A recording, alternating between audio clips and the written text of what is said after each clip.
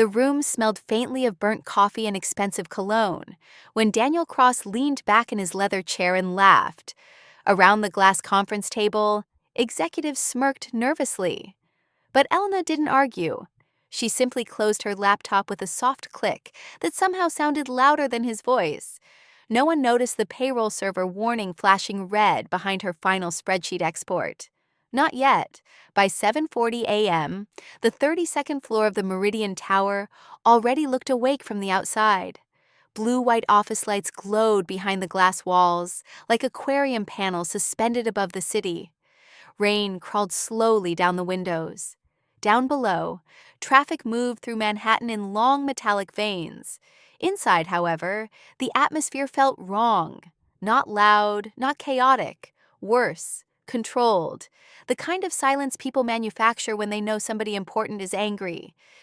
Elena Vale stood near the end of the executive conference room, holding a thin black laptop against her side. Across from her, 12 department heads sat around the polished table, pretending not to look uncomfortable. Some checked phones, others adjusted cufflinks, pens, sleeves, tiny survival rituals. At the head of the table sat Daniel Cross, CEO, 48 years old, perfect haircut, perfect watch, the kind of smile that looked professionally tested in focus groups. He drummed 2 fingers against a printed financial report. "Let me understand this," he said casually. That tone made everyone more nervous than shouting would have. "You're telling me," Daniel continued, "that payroll processing cannot be simplified because you personally supervise it." Elena remained calm. "No," she answered evenly. "I'm saying the system is interconnected. If you remove verification layers to cut costs, errors multiply exponentially." A faint sigh escaped someone near the windows. Daniel leaned back. "And yet," he said, "other companies automate this. They automate portions of it. So automate all of it. It doesn't work that way." Daniel smiled, the dangerous kind. Across the room, CFO Martin Green quietly rubbed his temple. He had worked with Elena for 6 years, long enough to know something most executives never understood. Payroll was not spreadsheets. Payroll was controlled chaos held together with precision, timing, and institutional memory. Thousands of exceptions, regional tax adjustments, union structures, emergency manual overrides, night shift differential calculations, government compliance windows. One late sync could trigger a chain reaction across 5 states. But payroll always looked easy when it worked. That was the curse of invisible competence. Daniel slid the report across the table. "Our consultants disagree." Of course they did.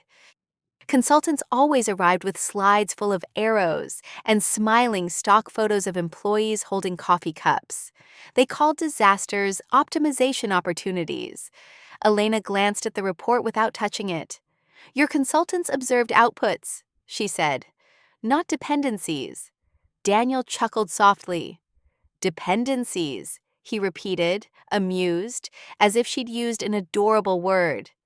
Several executives forced polite laughter. The rain outside intensified, tapping against the windows like impatient fingernails. Daniel stood and walked slowly around the table. "You know what I think?" he asked. Nobody answered. "I think companies become fragile when employees convince themselves they're irreplaceable." His shoes made soft sounds against the marble floor. Step, step, step. He stopped beside Elena. "I built this company by eliminating complexity." Elena met his eyes. "No," she said quietly. "You built it by hiding it behind people who knew how to manage it." The room froze. Someone inhaled sharply.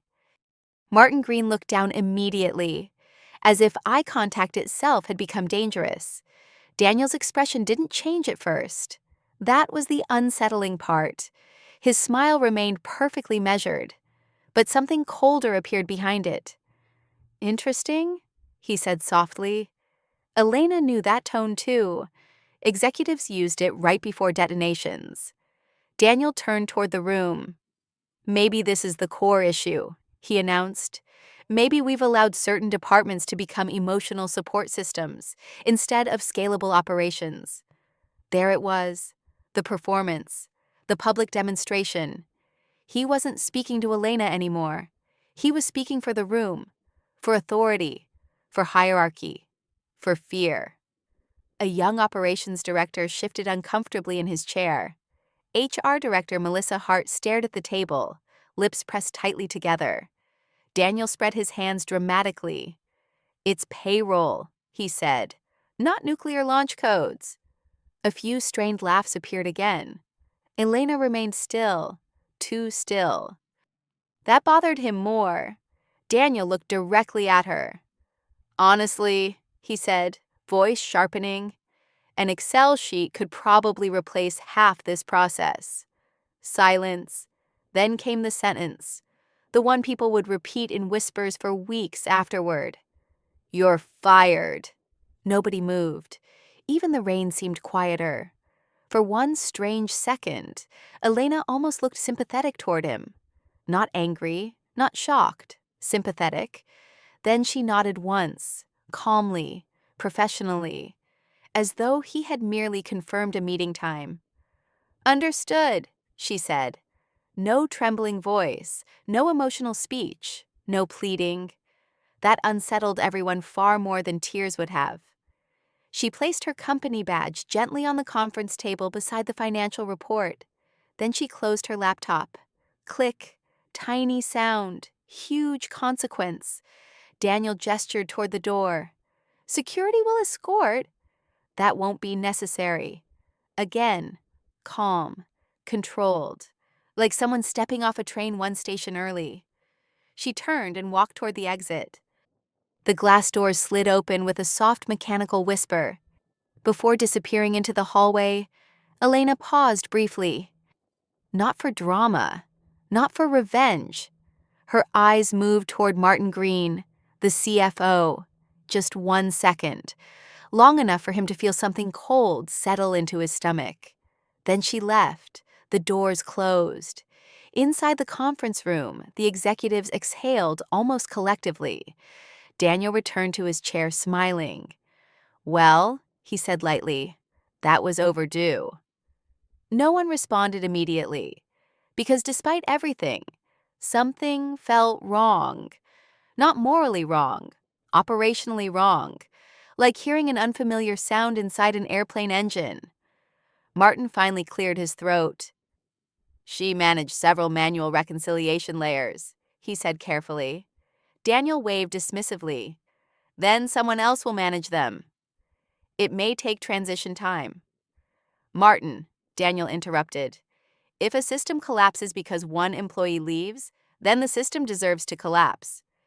The sentence landed heavily, bold, confident, completely detached from reality. But confidence often sounds identical to intelligence in executive rooms, especially expensive ones. Daniel looked around the table. "I want a leaner payroll structure by next quarter. No dependency bottlenecks, no legacy procedures, no hero employees." He smiled again. "And definitely no drama." Meeting adjourned. Chairs rolled back, papers gathered. People escaped quickly, eager to distance themselves from the tension like office workers fleeing the smell of smoke without checking for flames. Only Martin stayed seated. Daniel noticed. "You disagree?" Martin hesitated. That alone answered the question. "She built most of the current recovery protocols herself," the CFO admitted. Daniel opened his phone. "She documented them?" "Partially." "Then we're fine." Martin didn't answer, because he remembered something Elena once told him during a payroll outage 3 years earlier. Most systems fail slowly, until they fail all at once. At 8:13 a.m., Elena exited Meridian Tower carrying only her laptop bag and a dark wool coat folded over one arm. Rain mist drifted through the street like cold breath. She stopped under the awning across the street. Behind her, 32 floors above ground, executives resumed their meetings. Forecasts, budgets, growth strategies, PowerPoint slides. Nobody noticed that the payroll integration monitor had generated its third unresolved alert of the morning. Nobody noticed the overnight synchronization queue had stalled. Nobody noticed the automatic verification bridge between regional contractor databases had stopped processing exceptions 47 minutes earlier. Because Elena usually noticed those things before anyone else even knew they existed. She looked once at the tower windows reflecting the gray sky. Then she reached into her bag. Her phone buzzed instantly. Martin Green. Of course. She watched it vibrate. Once, twice, 3 times. She declined the call. A city bus roared past, spraying water along the curb. The vibrations stopped. Then another message appeared. Martin, did you disable anything? Elena stared at the screen for several seconds. Rain tapped softly against the edge of the awning. Finally, she typed 4 words. No, I stopped fixing it. And somewhere high above the city, hidden inside servers humming quietly behind locked doors, tiny failures continued, stacking silently atop one another, like cracks spreading beneath ice. No alarms yet, no panic yet. But the first fracture had already begun. At 5:12 a.m. Thursday morning, the first payroll exception appeared. It looked harmless. A single red line inside an automated processing queue. Transfer batch error. Region 4. West normally. Elena would have caught it before sunrise. Not because the system notified her, because she had trained herself to notice patterns the software ignored. That was the difference. The system processed numbers. Elena processed behavior. Inside Meridian Tower, however, nobody was watching the payroll dashboard. The finance floor was still dark, except for emergency lighting and the glow of unattended monitors. Cleaning staff moved quietly through rows of glass offices with vacuum cleaners humming softly, like distant aircraft engines. At 6:03 a.m., another warning appeared: manual verification, queue overflow, then another, and another, like dominoes tipping in silence. At 6:47, the automated reconciliation engine froze completely. No dramatic alarms, no flashing red sirens. Corporate disasters almost never begin theatrically. They begin with tiny, ignored inconveniences. Meanwhile, Daniel Cross slept peacefully inside his penthouse apartment 30 blocks uptown, unaware that 12,000 employees were slowly drifting toward financial freefall. By 7:25 a.m., Martin Green was already in the office. He looked exhausted, not physically, financially exhausted. There was a difference. The kind of exhaustion produced by numbers, risk exposure, and executive arrogance compressed into human form. He stepped out of the elevator holding coffee and immediately sensed something off. People avoided eye contact. That always meant trouble. Near the payroll operations department, 3 analysts stood around a monitor whispering urgently. One of them noticed Martin approaching. "Sir," that tone, sharp, tight, controlled panic. Martin walked faster. "What happened?" The analysts exchanged uncertain looks. Finally, one answered. "The overnight payroll synchronization didn't complete." Martin frowned. "That happens sometimes." "Yes, but what?" The analyst swallowed. "The backup verification layers didn't activate." Martin's stomach tightened instantly. Because Elena had once explained the architecture to him using a strange metaphor. "If payroll breaks," she had said, "it shouldn't break like glass. It should break like Velcro, slowly, in sections, with recovery points."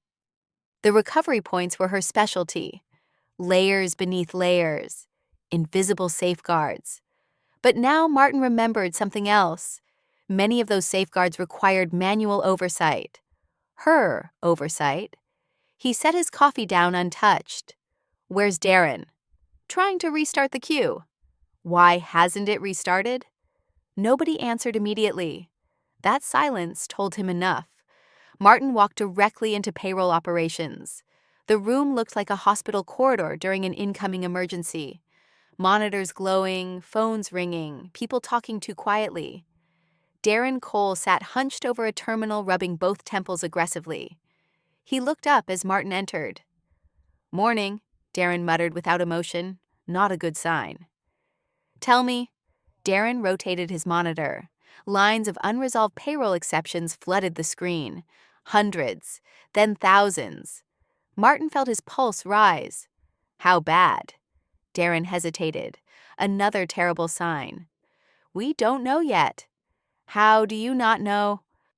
"Because the reconciliation engine is looping." "Fix it." "We're trying." Martin stared at the screen.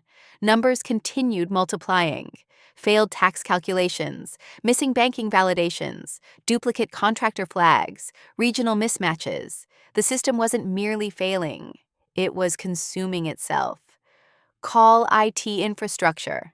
"Already here." Two exhausted engineers sat near the back of the room, surrounded by empty energy drink cans and open diagnostic windows. One looked up. "It's not hardware." "Then what is it?"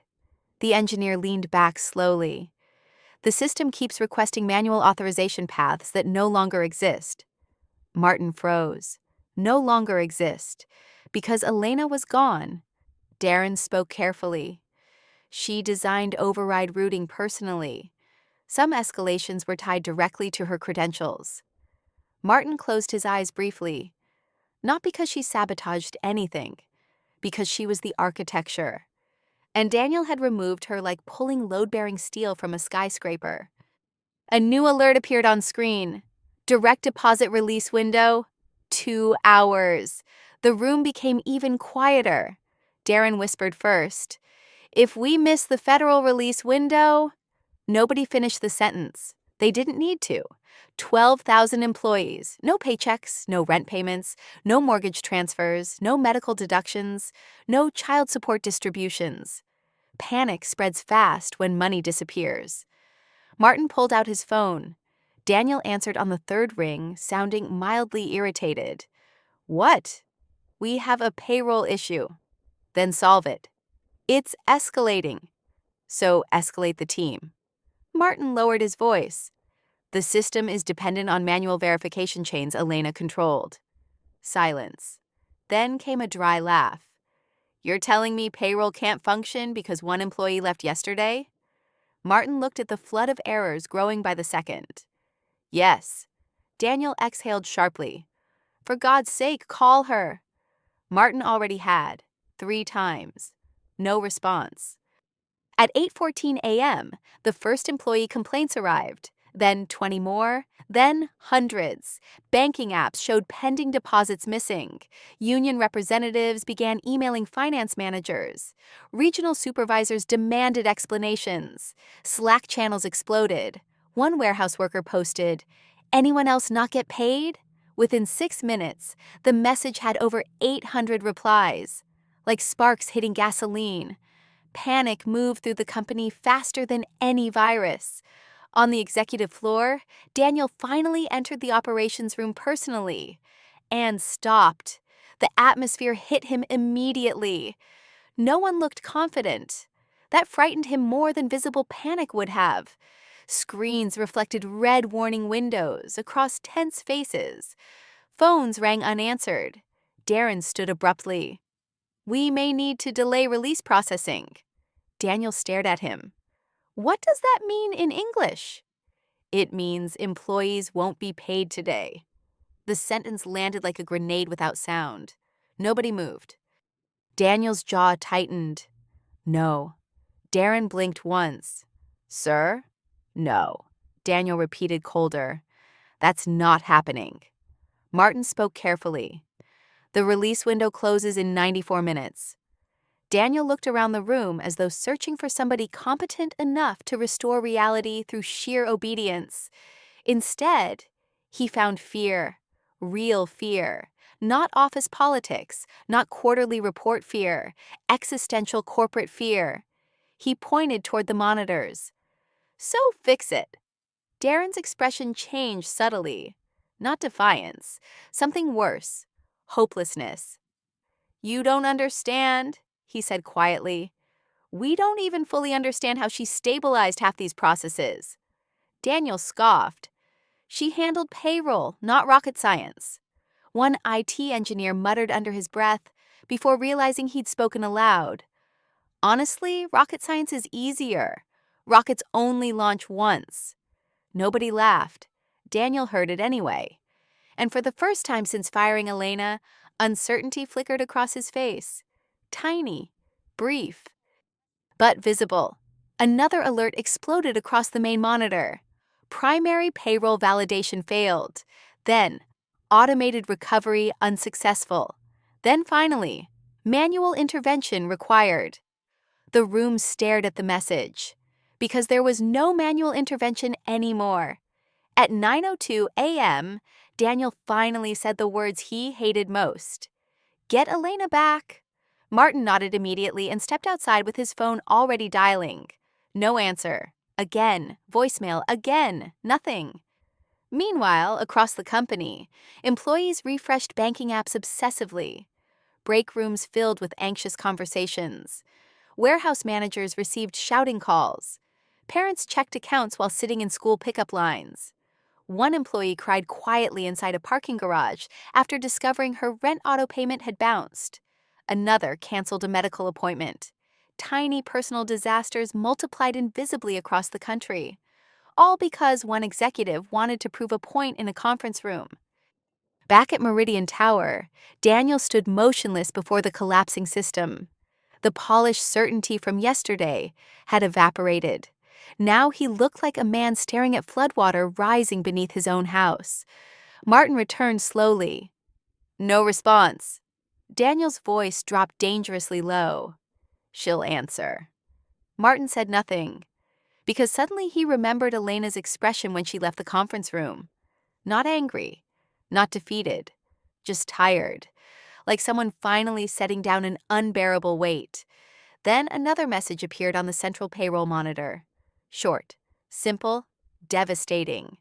12,042 payments on hold. Silence swallowed the room whole. Even the phone seemed quieter now, because everyone understood the same thing simultaneously. The company had spent years treating the payroll system like a spreadsheet, but it had actually been a heartbeat. And yesterday, they fired the person keeping it alive. The worst part? Employees across the country still didn't know the real collapse hadn't even started yet. If this story pulled you into the chaos inside Meridian Tower, subscribe and stay with us, because the next chapters reveal what really happens when pride collides with the systems nobody bothered to understand. One decision, one public humiliation, and an entire corporation slowly realizing the most dangerous employees are often the quietest ones. At 10:11 a.m., the first executive blamed IT. By 10:14, IT blamed finance. By 10:19, finance blamed legacy infrastructure. And by 10:26, everyone silently blamed Daniel Cross. No one said it directly. Not yet. Corporate survival instinct worked like smoke in a sealed room. People sensed danger long before admitting there was fire. The payroll operations center had transformed completely now. The earlier tension was gone. Tension required hope. This was something colder. Containment mode. Half-empty coffee cups covered desks like abandoned evidence. Jackets hung over chairs. Phones vibrated endlessly. On the main display wall, unresolved payroll exceptions climbed so quickly the numbers no longer looked real. 12,842, 13,104, 13,390. Every refresh felt like watching cracks spread across ice beneath your feet. Martin Green stood near the back wall, listening to 3 conversations simultaneously while replying to legal messages on his phone. His tie hung loose now. Sweat darkened the collar of his shirt despite the aggressive office air conditioning. One of the HR managers approached him carefully. "We have regional supervisors asking if they should prepare internal statements." Martin rubbed his eyes. "Not yet." "What do we tell employees?" "The truth." She blinked. Nobody in executive management liked that answer. "What version of the truth?" Martin almost laughed. Not because it was funny, because it was horrifyingly normal. Across the room, Daniel stood with two outside consultants who suddenly looked far less confident than they had during yesterday's presentation. One consultant adjusted his glasses nervously. Our assessment assumed standardized automation continuity. Darren muttered without looking up from his terminal. That's consultant language, for we had no idea how this actually worked. The consultant pretended not to hear him. Daniel folded his arms tightly. How long until recovery? No one answered immediately. Again, that silence. The silence was becoming its own language. Finally, Darren spoke.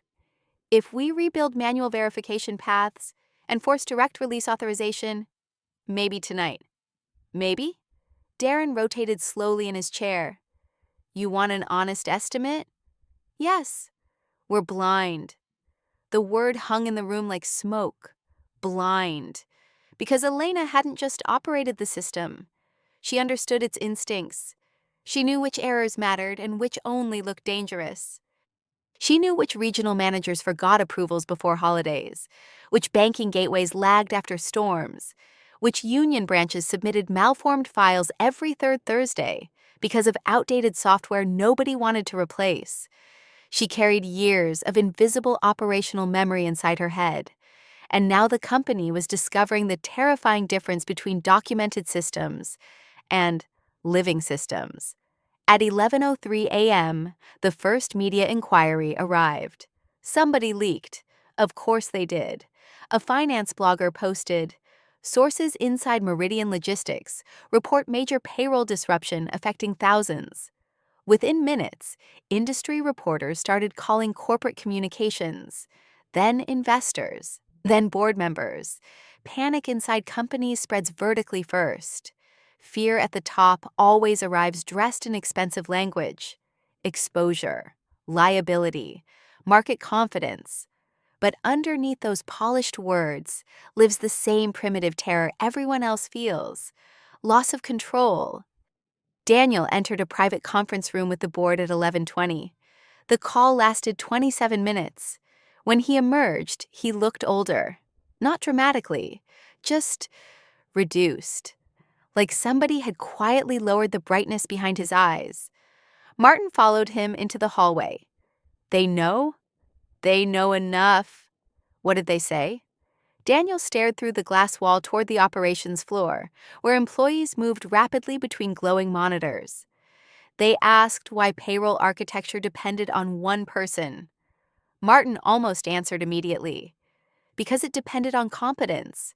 Because executives kept cutting staff while demanding perfection.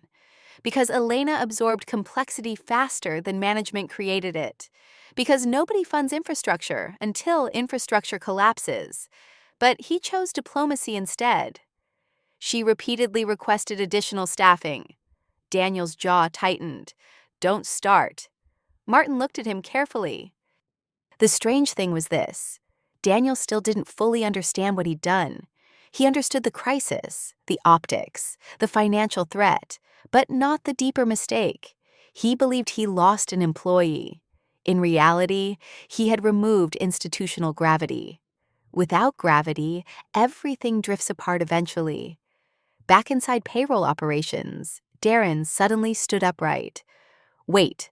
The room turned instantly. He zoomed into several system logs, then another. His fingers moved faster. Martin approached. What? Darren stared at the monitor. She was compensating manually for a synchronization fault. What fault? A timing mismatch between contractor banking batches and federal release sequencing. Martin blinked slowly. That sounds catastrophic. It is catastrophic. Why didn't anyone know? Darren gave him a look almost painful in its exhaustion. Because she fixed it every cycle before it became visible. A long silence followed. Then one of the analysts whispered, "My God." Now they understood something worse. The system had already been broken. For years.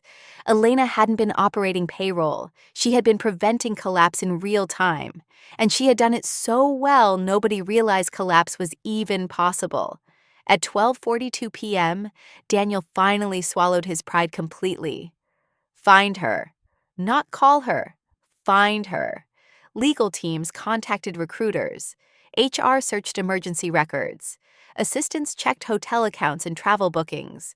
One executive even suggested offering double salary immediately. Martin nearly snapped. Money isn't the issue anymore. Daniel looked sharply at him. Then what is? Martin hesitated, because the answer sounded absurdly human for a corporate tower made of glass and ego. Respect. Daniel scoffed automatically, but weaker this time. Far weaker. Meanwhile, 40 blocks downtown, Elena sat alone inside a quiet cafe near the river. No television, no rushing crowds, only soft jazz drifting through warm amber light. Rain still touched the windows occasionally. Her laptop remained closed beside untouched tea. For the first time in years, nobody needed anything from her. No emergency approvals, no midnight reconciliation calls, no executive demands disguised as quick questions. Silence. Real silence. Her phone buzzed again. 23 missed calls. Martin, HR, unknown numbers, executive assistants. She ignored them all. Not out of revenge, out of exhaustion. The waitress approached gently. You okay? Elena looked up, almost surprised someone asked without wanting something in return.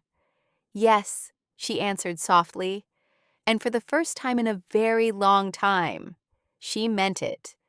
Back at Meridian Tower, however, things became uglier by the hour. Employees started posting screenshots of missing deposits online. Union representatives threatened formal escalation. A warehouse supervisor screamed at payroll staff over speakerphone, while dozens listened in silence. One young analyst quietly began crying near the printers after being blamed for failures she didn't understand. Corporate pressure always rolls downhill, and downhill had officially become a landslide.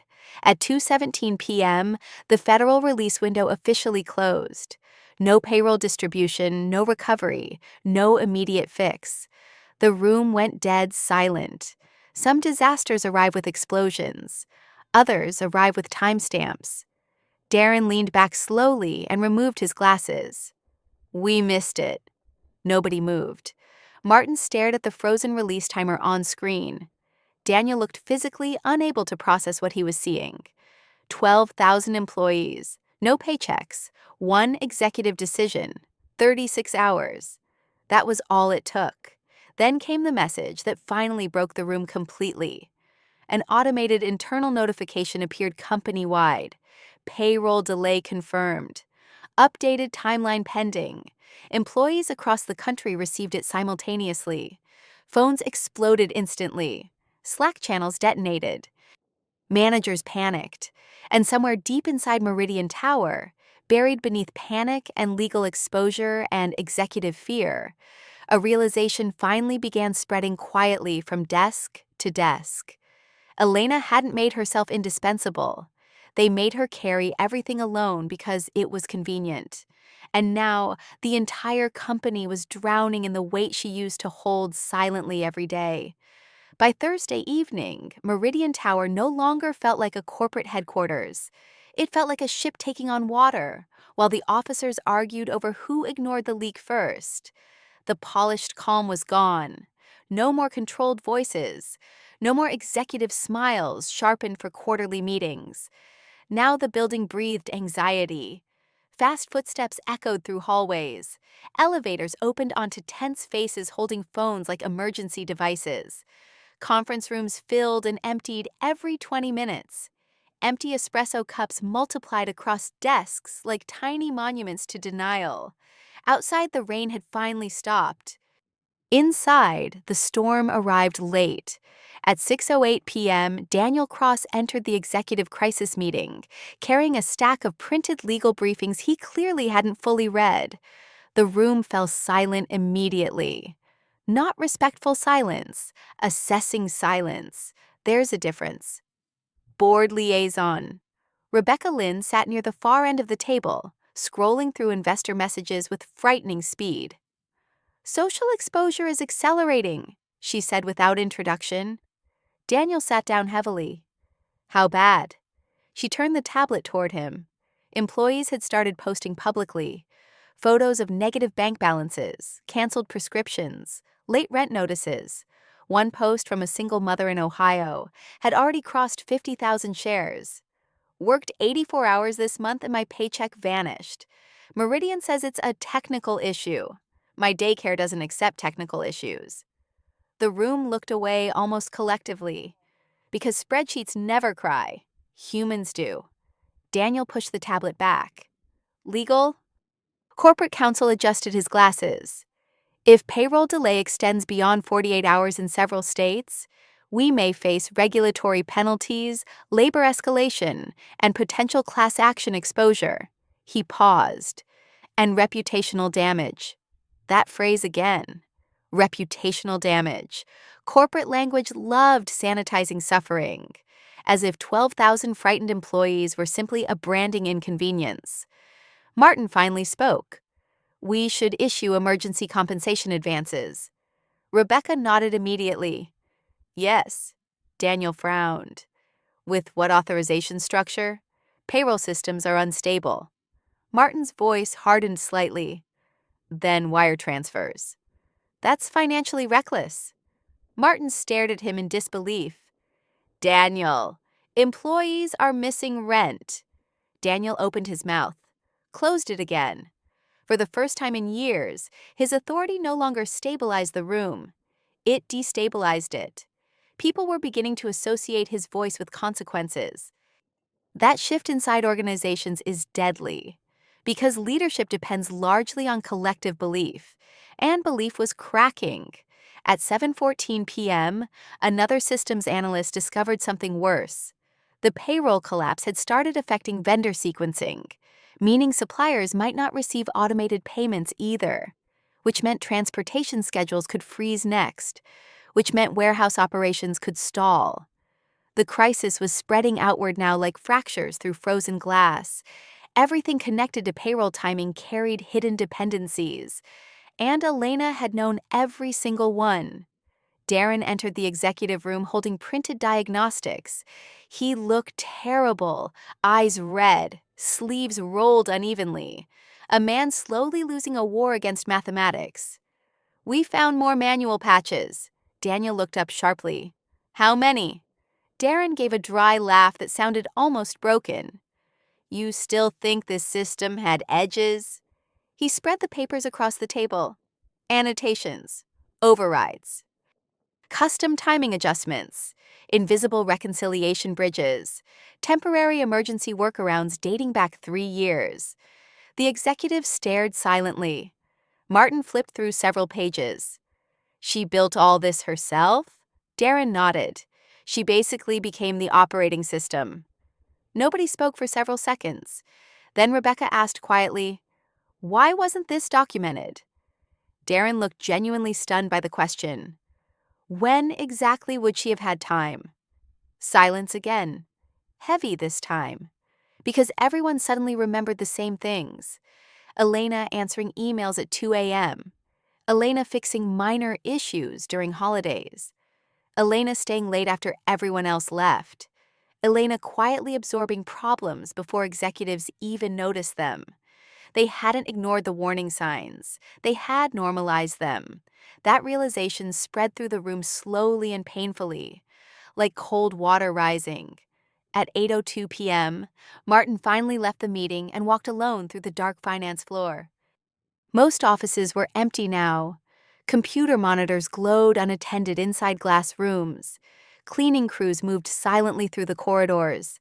Somewhere far below, the city pulsed with ordinary life, completely unaware that an entire corporation was unraveling above it. He stopped outside Elena's old office. The lights were off. Her nameplate had already been removed. Corporate reflex. Erase people quickly enough, and maybe accountability disappears with them.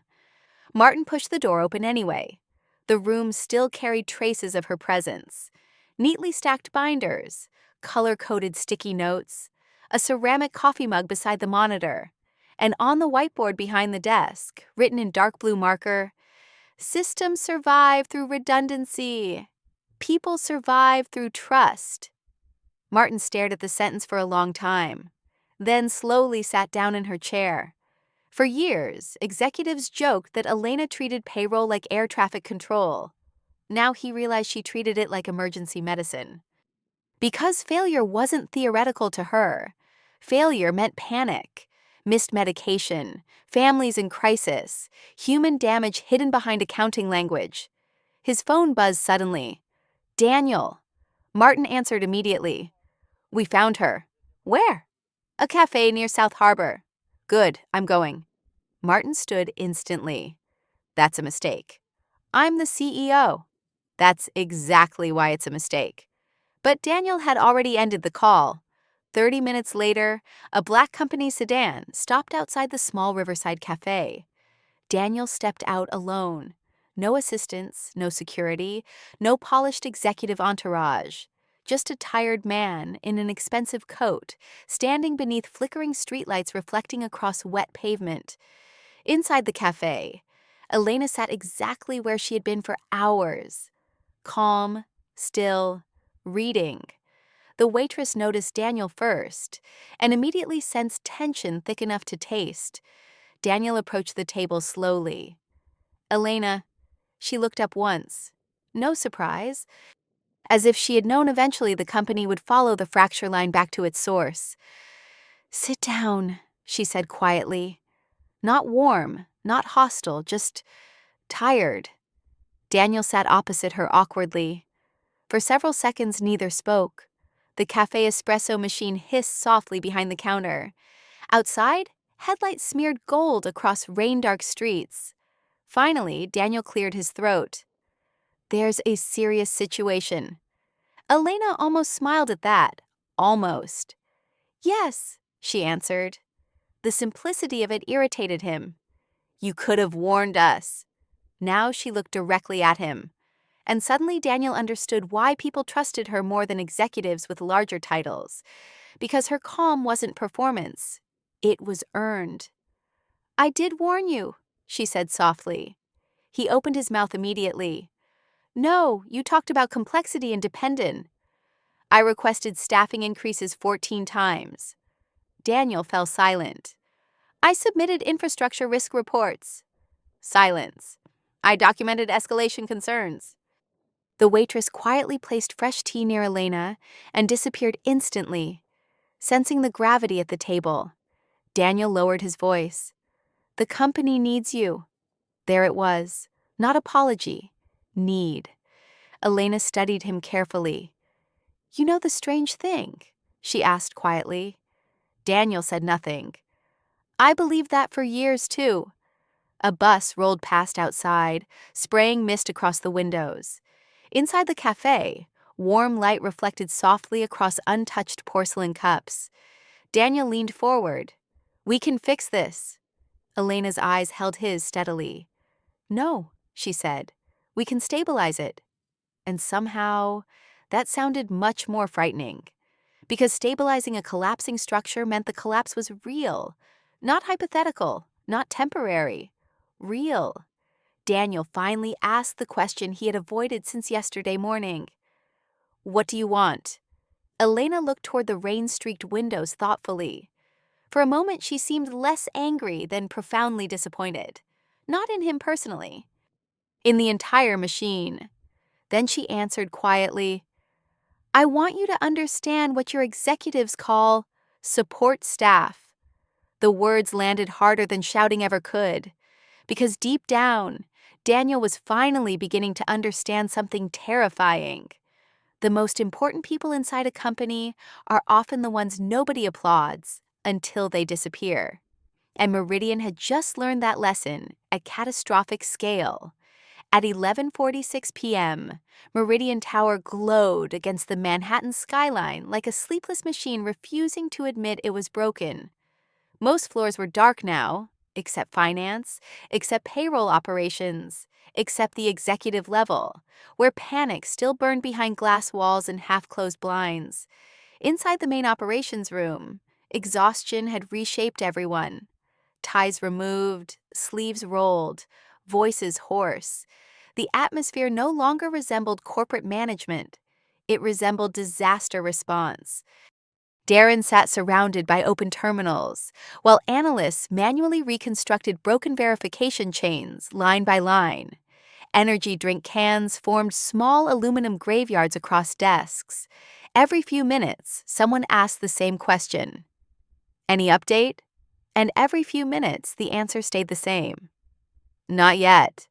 At midnight exactly, Martin Green walked back into the building, carrying Elena's old access binder under one arm.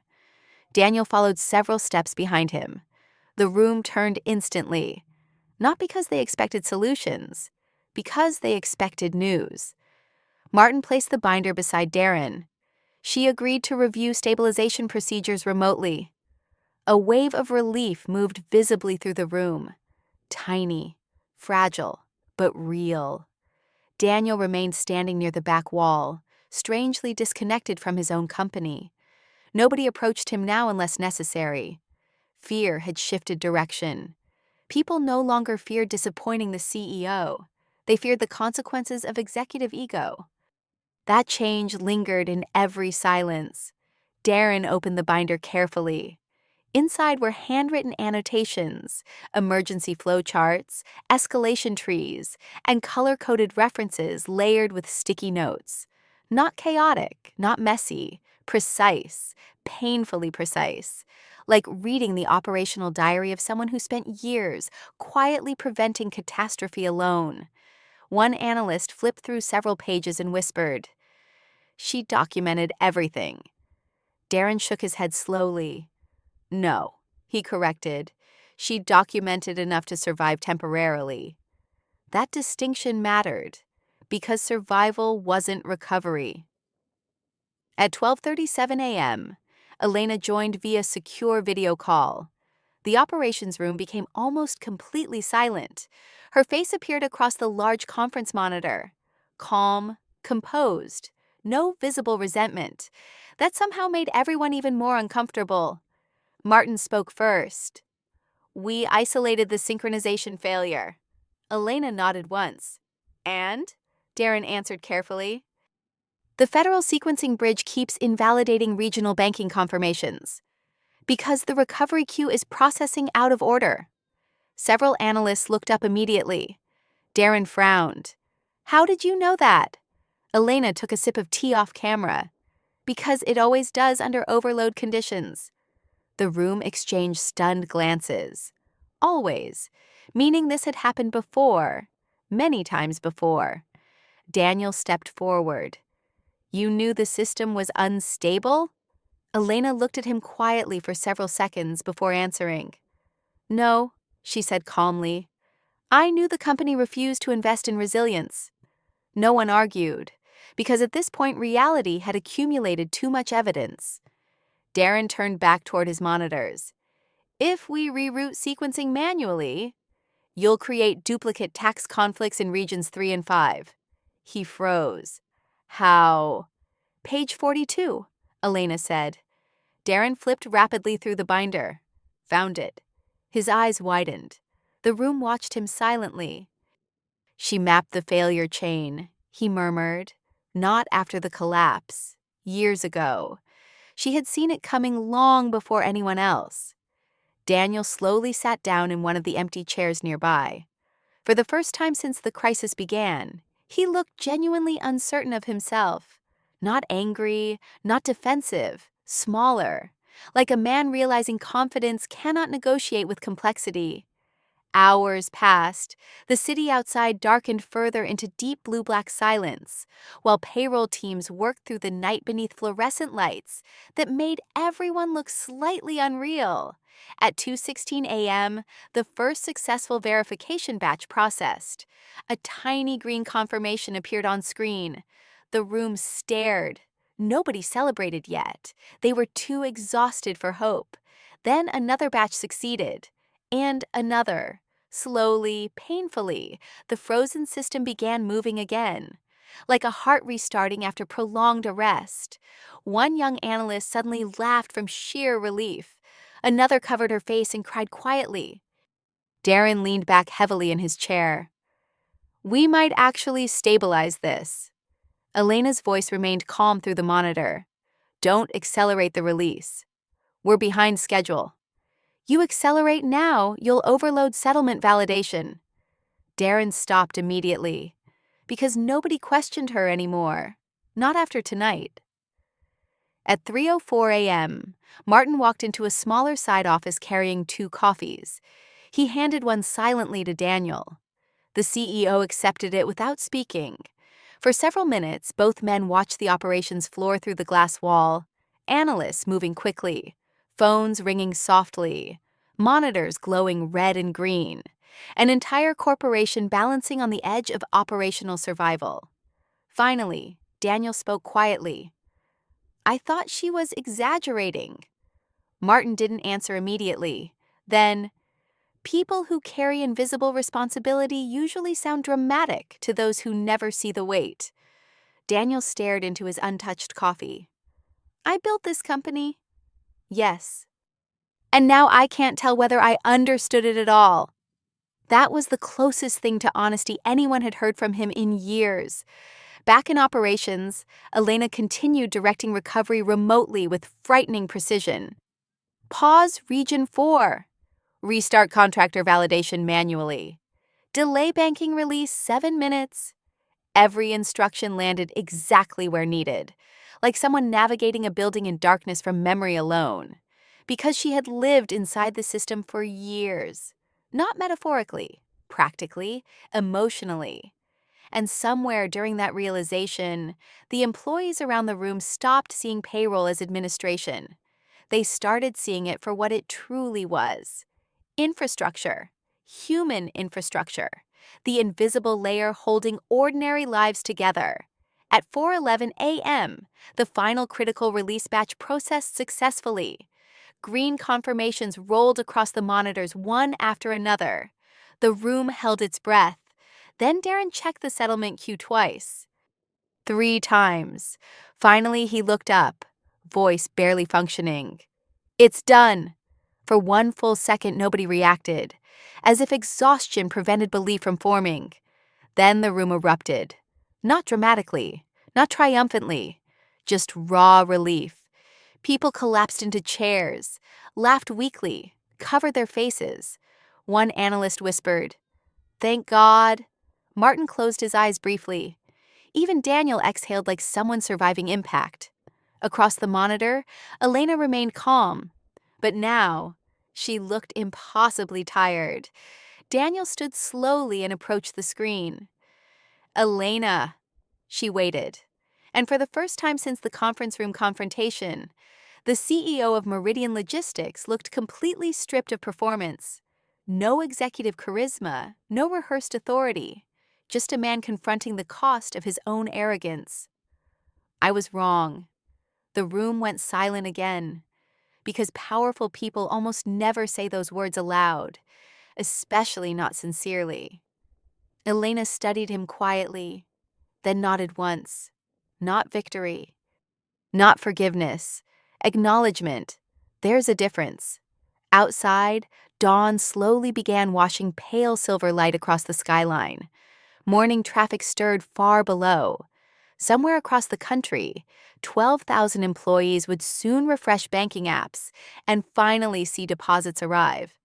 Most of them would never know how close the system came to complete collapse. They would simply go to work, pay rent, buy groceries, continue ordinary life. That was the strange thing about invisible work. When done perfectly, nobody notices it exists. Daniel looked around the operations room one final time. The exhausted analysts, the overflowing desks, the handwritten emergency notes, the people who held entire structures together quietly while executives gave speeches upstairs. And at last, he understood the lesson the company nearly destroyed itself to learn. An Excel sheet can track numbers, but it cannot replace the human being who understands what those numbers protect. The payroll system survived. The company survived. But Meridian Tower would never sound quite the same again. Because after this night, every executive inside that glass building understood one uncomfortable truth. The people easiest to underestimate are often the ones preventing disaster every single day.